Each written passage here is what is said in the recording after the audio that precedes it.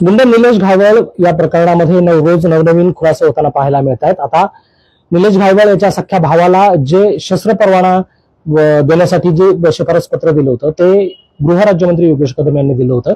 आणि या सगळ्या प्रकरणात सुरुवातीपासून आरोप करतायत ते शिवसेनेचेच नेते आहेत रवींद्र धंगेकर। माझ्यासोबत स्वतः रवींद्र धंगेकर आहेत।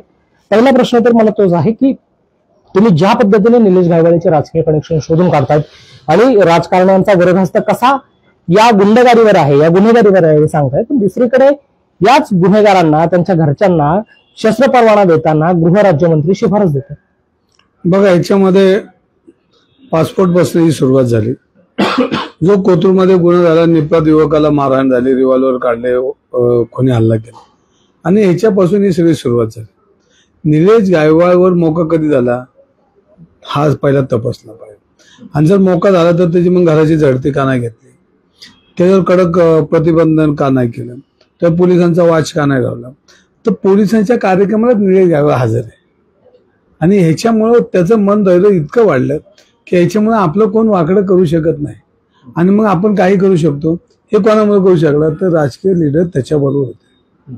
मग तो समीर पाटील नावाचा जो व्यक्ती आहे हा सगळं सेटलमेंट करतो। मग आता मला तर राम शिंदेचं नवीनच नाव बघतो याच्यामध्ये। राम शिंदेच्या जवळचा कार्यकर्ता आहे, चंद्रकांत दादा पाटलांच्या सिस्टीम मधनं हे सगळे लोक गुन्हेगारी करतात। मी काय कोणावर याच्यावर माझा आक्षेप नाही, माझा आक्षेप ह्याच्यावर की आमचं पूर्ण शांत राहिलं पाहिजे, भयमुक्त राहिलं पाहिजे आणि ज्यांनी ज्यांनी चुका केल्या यांची चौकशी करून त्यांच्यावर कारवाई झाली। अशा पद्धतीने गृहराज्यमंत्र्यांनी शिफारस पत्र देणं गुंडाच्या घरातच, याकडे कसं पाहताय? बघा, याच्यामध्ये तुम्हाला सिस्टीम सांगतो की एखादं लायसन घ्यायचं म्हणलं तर पहिला त्या ज्या भागामध्ये राहतो त्या भागातल्या कमिशनर ऑफिसला अर्ज करावा लागतो, त्याची कारणं सांगावी लागतात, पण त्याचबरोबर त्यावेळेला 2 शिफारस पत्र लागतात, 2 सह्या लागतात, त्याशिवाय तो फॉर्म सबमिट होत नाही। मग हा फॉर्म सबमिट झाला, मग त्या 2 सह्या कोणाच्या होत्या हा एक पहिला मुद्दा। 2 लोकांची शिफारस म्हणजे तो सही करण्याची शिफारस कोणाची होती ही शोधली पाहिजे। मग ही कुणी शोधली, हे कोणाचे आहेत याची माहिती तुम्हाला आम्हाला आता कमिशनर ऑफिसमध्ये घ्यावी लागेल। हे सगळे आता कस्टडीत आहेत कमिशनरांच्या आणि मग कमिशनर कितपत आपल्या सगळ्यांना मदत करतात, दाखवतात, आरसा कधी दाखवते आपण त्यांची वाट बघितली। दुसरी गोष्ट तुम्ही म्हणता की कदम साहेबांनी याला परवाना दिला, तर त्यांनी परवाना देताना तो परवाना अजून अदा करण्यात आलेला नाही, पहिला मुद्दा। दुसरा मुद्दा असला की हा परवाना ज्यावेळेला रिजेक्ट झाला त्यावेळेला तो डायरेक्ट जात नाही, त्याला कोणाचा तरी मध्ये माणूस म्हणजे आमदार लागतो, खासदार लागतो, लोकप्रतिनिधी लागतो, कोणतरी त्याच्यामध्ये माणूस असतो। मग त्या घायवळांच्या जवळचा कोण माणूस आहे आणि मग त्यांनी शिफारस केलेली असतात, असं डायरेक्ट कुठल्याही खात्यामध्ये जात नाही।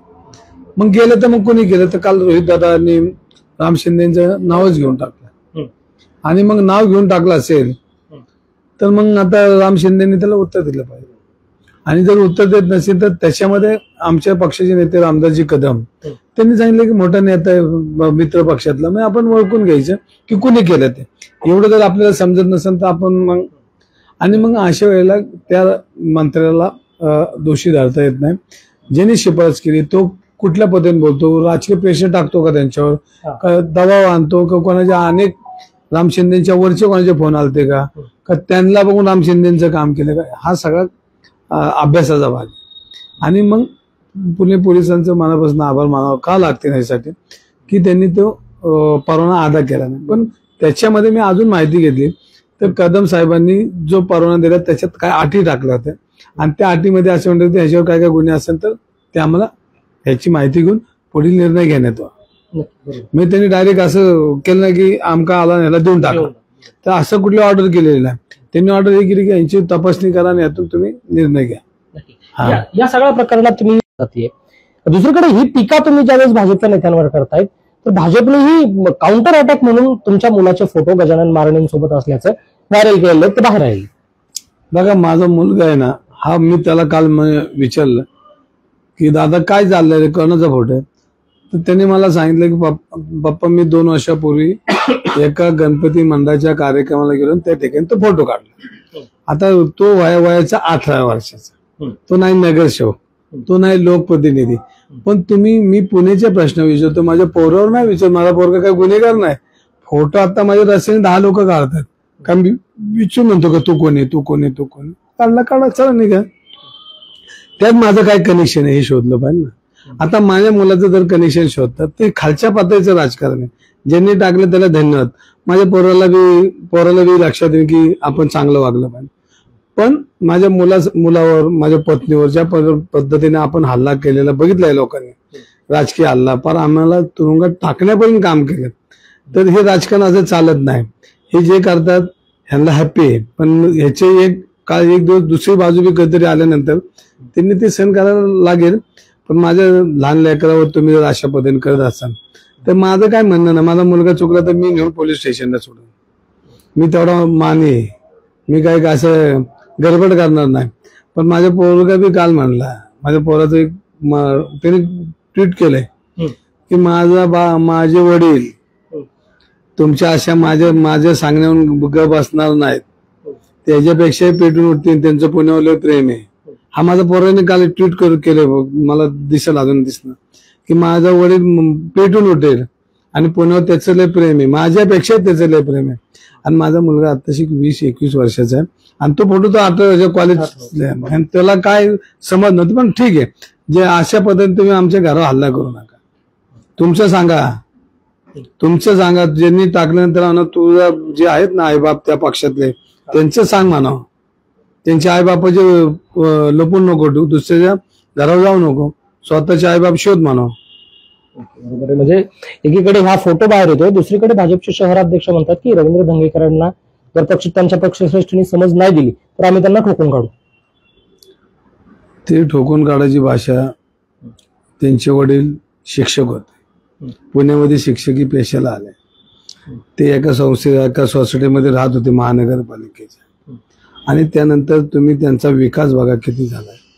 शोधा ह्यांनी काय कामधंदा केला, कुठं नोकरी होते ते जे माझ्यावर टीका करतात. आणि त्यांनी आत्मपरीक्षण करा.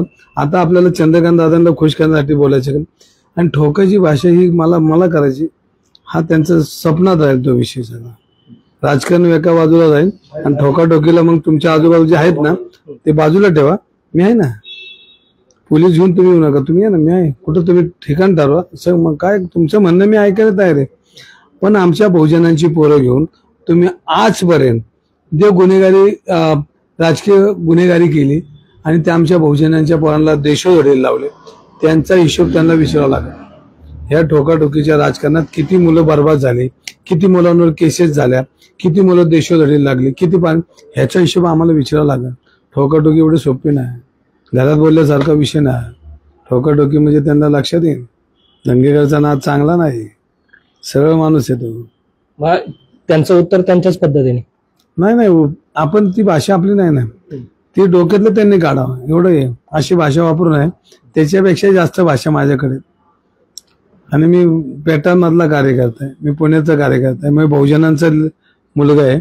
त्यामुळं घाटेंनी तो डोक्यातलं काढून टाकावं सगळं जे काय, आणि ही भाषा वापरू नये, मग अवघड काम आहे. हा भाजपच्या शहराध्यक्षांना त्यांनी इशारा दिला. दुसरीकडे पुण्याचे खासदार मुरलीधर मोहोळ यांची काल एक पत्रकार परिषद होती. त्यामुळे त्यांना प्रश्न विचारला गेला की पुण्याच्या गुन्हेगारीवर बोला. मात्र ते काही गुन्हेगारीवर न बोलता सरळ पत्रकार परिषदेने त्यांनी काढता पाय घेतला आणि सरळ मौन बाळगले पुण्यातल्या कोथरूडच्या सगळ्याच गुन्हेगारीवर. पुण्यातलं विजन काय हे त्यांच्या लक्षात येतं का नाही माहित मला, पण पुण्याचं विजन फाटक उडवणं, पुण्याचे विजन शोगिरी करणं, पुण्याचे विजन चमकोगिरी करणं, हे आता बाजूला ठेवून पुण्याच्या विकासा बोला, पुण्याच्या मुद्द्या बोला, पुण्याच्या संस्कृती बोला. खेळाची सामने बिमणे आहे ना, संघटना करतील ना, तुम्ही कशाला जाते, त्यांना द्या ना संधी. त्यांचं तुम्ही जे बजेट वापरते ते बजेट त्यांना द्या. पण ज्याचं त्याचं पाठ ठरलंय सगळं. आणि खरं सांगायला गेलं तर तेरी चूप आणि मेरी चूप. चंद्रकांत दादा पाटलावर मी बोलतोय ना, ह्याच्यावर एक तरी माझ्याशी बोलला, माझ्यावर टीका केली पाहिजे ना, हे नाहीये, हे खोडून काढणार आहे का?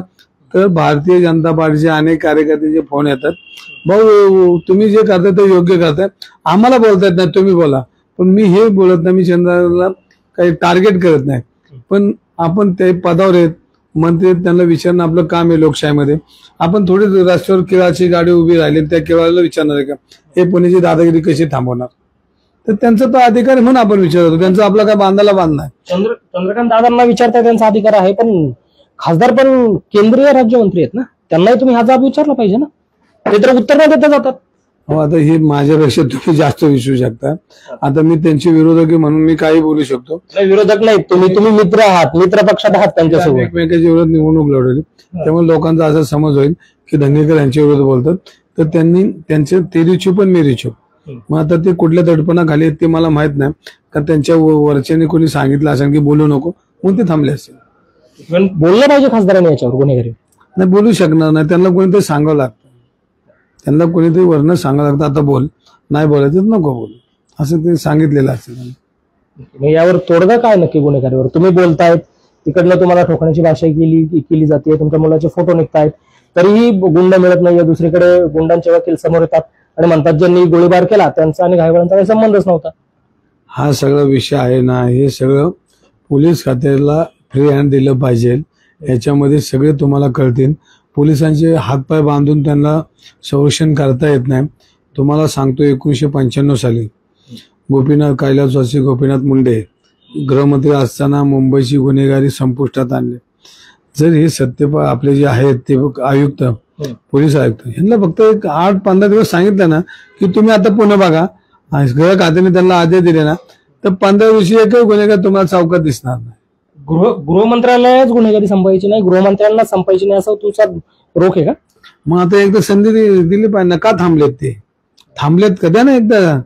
आता एवढ्या आपण रिव्हॉल्वर बंदुकी त्यांना दिलेत, त्या पुसून ठेवतात रोज आठवड्यातून एकदा. तर एकदा गाड्या भरायला बी त्यांना परवानगी द्या ना, एकदा गाड्या भरून वाजू द्या ना, गुन्हेगारांवर वाजू द्या ना एकदा.